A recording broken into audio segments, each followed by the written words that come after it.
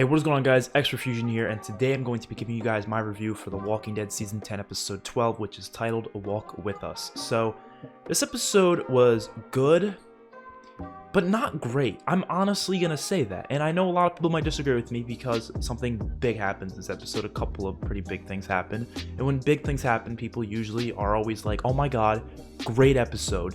But you have to look into it a little deeper than that, and sometimes you realize, was it really all that great? I don't think it was that great of an episode. It had some awesome stuff that I loved, but that doesn't mean the rest of the episode is good or bad. You know what I mean? Like, I feel like a lot of people do that sometimes, or they do the opposite, where there's a one bad thing that happens that they really don't like, but the rest of the episode was really good. For example, Season 6 finale. That episode gets a lot of hate for the cliffhanger at the end, but look at the rest of the episode. The rest of the episode was amazing, right? So you can't just look at one portion of the episode and say it's good or bad based on that one portion. And the same thing I'm doing here. One portion was really good, but the rest of it, I didn't love. And it wasn't that it was boring or anything. I never really am bored by The Walking Dead. I'm always interested.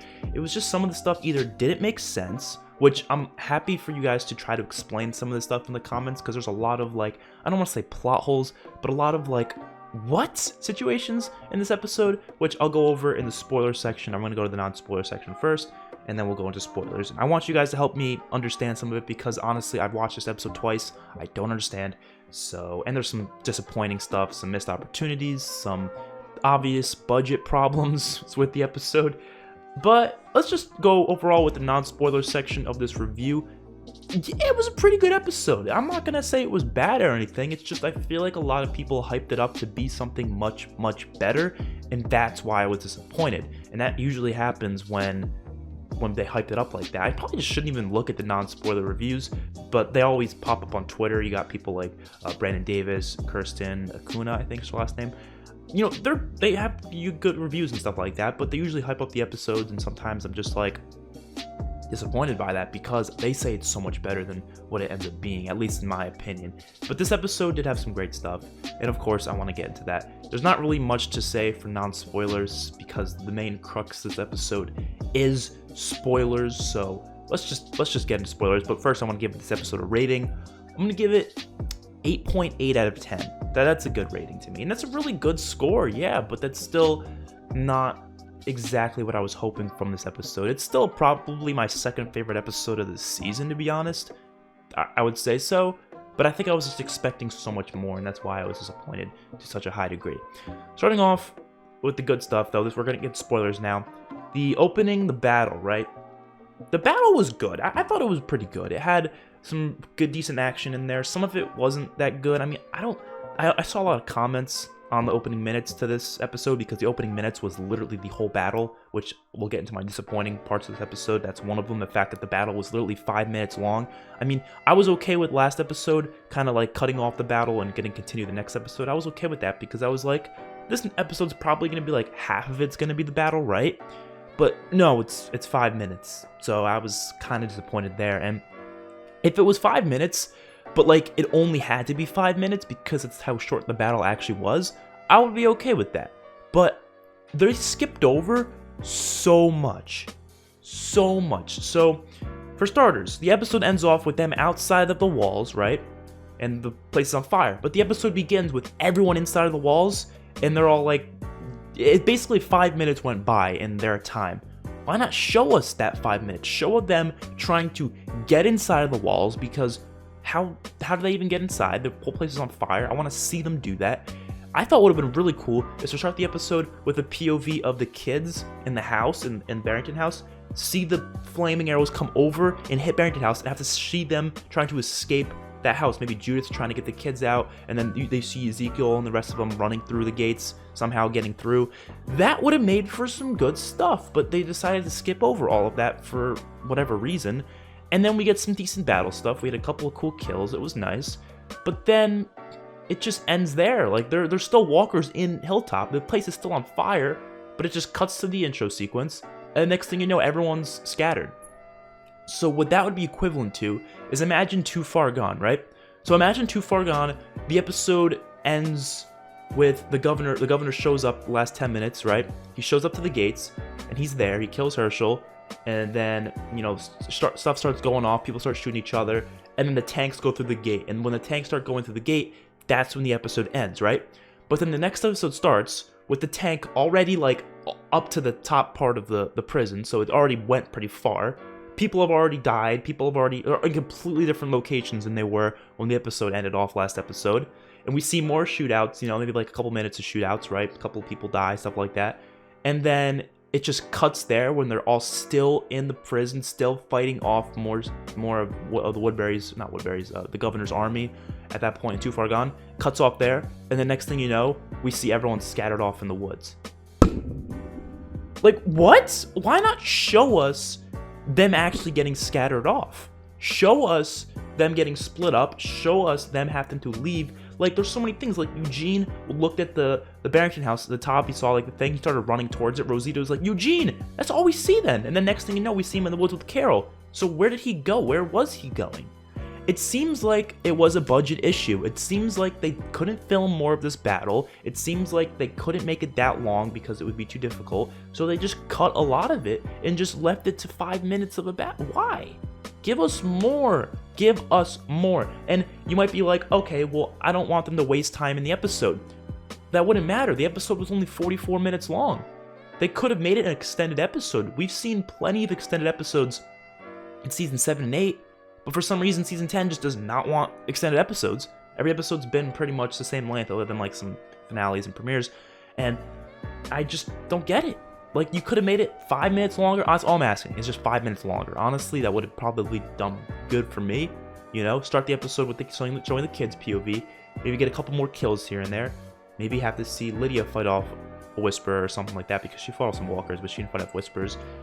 Maybe have a couple other things happen. And the action, it was okay. It wasn't anything special. I saw people saying it was better than every battle in Season 8. That's bullshit. There were some great battles in Season 8 that were really well shot. I mean, this one was well shot too, but better than all of them? I don't know. It wasn't the best battle you've ever seen. I'd say the best battle is probably Too Far Gone, or probably even, probably Too Far Gone, honestly.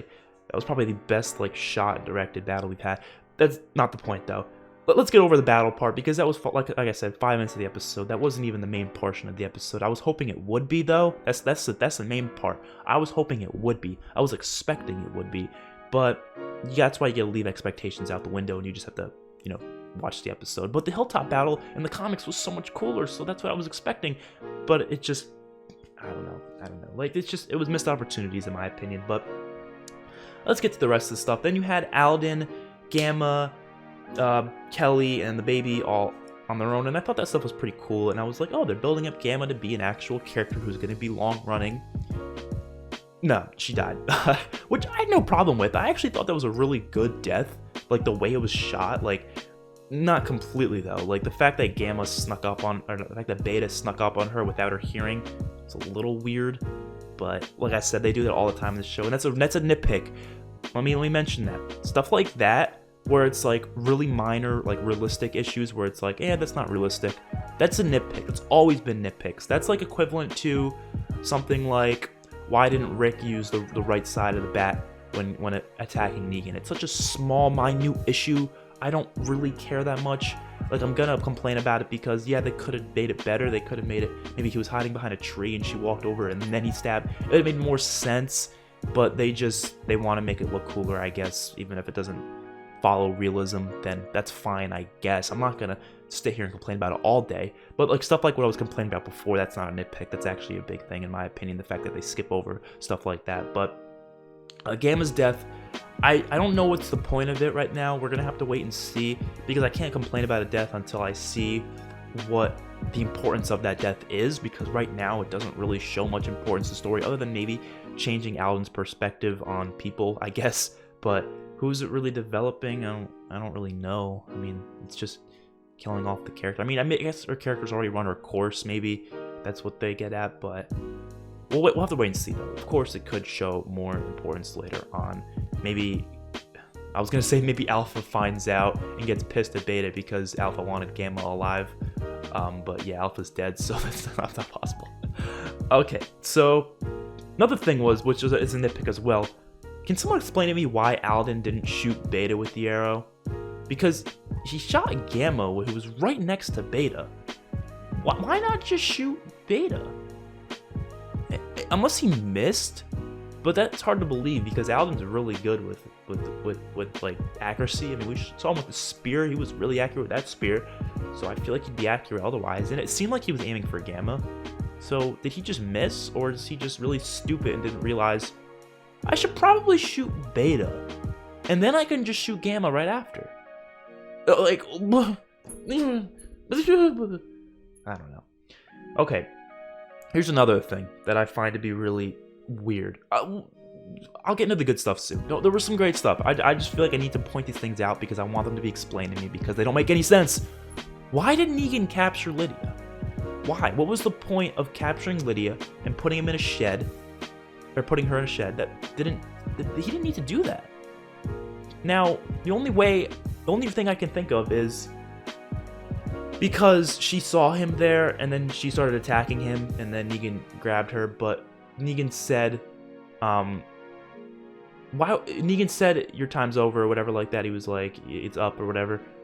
So that was mainly for the audience, so they wanted to fool the audience to think Negan's going to hand over Lydia to Alpha, which, I mean, any comic book reader would be like, okay, obviously Negan's not on Alpha's side, so why is he doing this? Why can't he explain his plan to Lydia?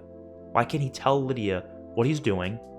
Not that he's going to kill Alpha, because I don't think she'd be too happy about that, but maybe explain that he's infiltrating the camp just to spy on them. He's not part of them. He will never be part of them, because she would just walk away after that, and she would just be like, okay, I'll let you do your thing. I'm sure she would. But instead, Negan decided to capture her, put her in a shed, just so he can see this cool, like, which was pretty cool, like this parallel between that shed and the actual shed that Alpha was going to, so then we would get the reveal that it wasn't the right shed.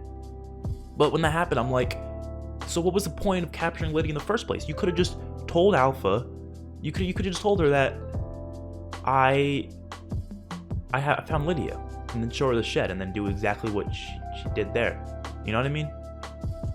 Now, what I thought originally, this is my theory here, because he had her in the woods a little bit further, maybe that shed was closer than I thought, and that Negan wanted to see what Alpha's response was when he had her, and he was going to try to see, is she going to kill her, or is she going to let her live?